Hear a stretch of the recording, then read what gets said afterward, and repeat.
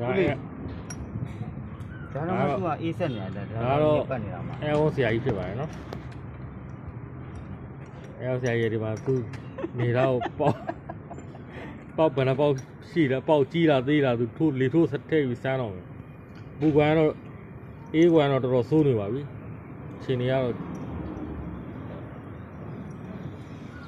ဒင်းမဲ့တေးလေးပါပြရတယ်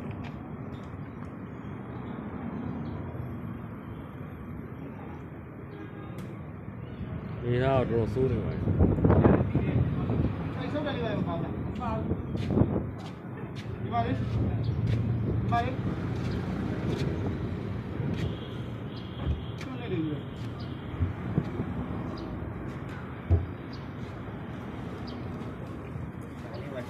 သိနဲ့လဲမှာပါဆက်ကြအောင်နော်အဲကိုမတော့တော့တာလေ